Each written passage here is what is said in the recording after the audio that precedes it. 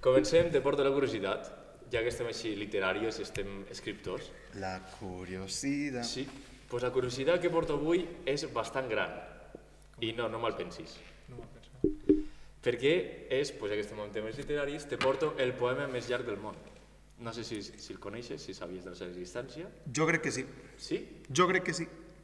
Doncs bueno, no sé, te'l vaig a presentar per si tens dubtes. Perquè És la el nostra poema- audiència i el Pere no ho saben. Sí, exacte. Hi ha molta gent que no ho sap. Jo no ho sabia, inclús. Que és, el poema més llarg del món es titula, perdó pel meu francès, Des parcelles d'espoir à lit de ce monde, que significa, en català, parcel·les d'esperança a l'eco d'aquest món. Ben parlat. Puc intentar tirar-me un triple de lo que és? O vols dir tu de tirón? Tira't un triple. És un llibre que està com a tallat en diferents versos i els versos se poden intercanviar i tot té sentit. Doncs no.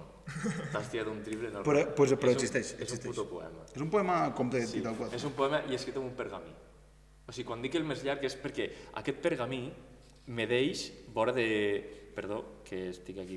No, és que no puc llegir, en plan, els números... T'has deixat les ulleres, M'he deixat les ulleres, perdó.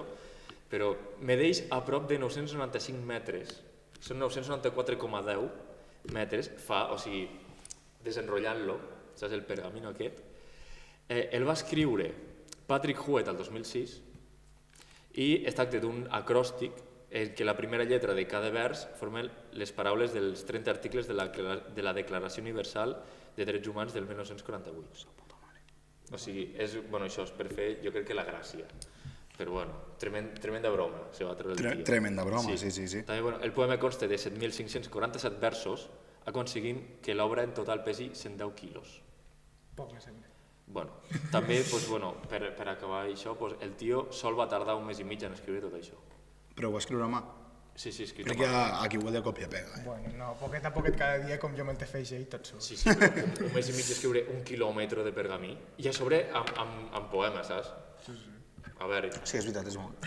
el tio també és un crac. Perquè És el que va crear el xat CPC. Ojalà, però no. I es veu que aquest home, en plan, està ja bastant familiaritzat amb els poemes llargs. I ni té ja de, que sí, això, de jo què sé. De 10 quilos, de 15 No, quilos. sí. Va per quilo ja el seu poema. Sí, Clar, fan poemes la per cosa és que quan van en pergamino, ja quan passa una llargada van per quilos, és veritat. Crec que eren 14 quilos, si no m'equivoco, o alguna cosa així. Anava por Hòstia, ahí. que 14 quilos no te pesa una gallina, eh? O sigui, has d'agafar moltes gallines perquè te No, pesi és 14 quilos. Aquesta referència campestre. És que soc de poble, no puc evitar, soc de poble. Soc de poble, però quin moment. No sé. Ha estat un... És buen dato. Sí. Tu te'l llegiries, Pere? Jo crec que no. Jo crec que no. Jo crec que ara mateix no m'està entrant molt. Pues jo crec que... I un quilòmetre de poema jo És que no me pateix gens. Jo portava arques d'això. Portava una cosa. Portava de... Ojo! Portava el... mos portes una curiositat. El primer cop que el nostre convidat ens porten coses. No som nosaltres. Què mos has portat, Pere? Portava el microrelat que té el premi com el més curt que existeix mai. És amb xino, no? No, el va escriure un... Bueno, crec que és el que està escrit en espanyol. No ho sé.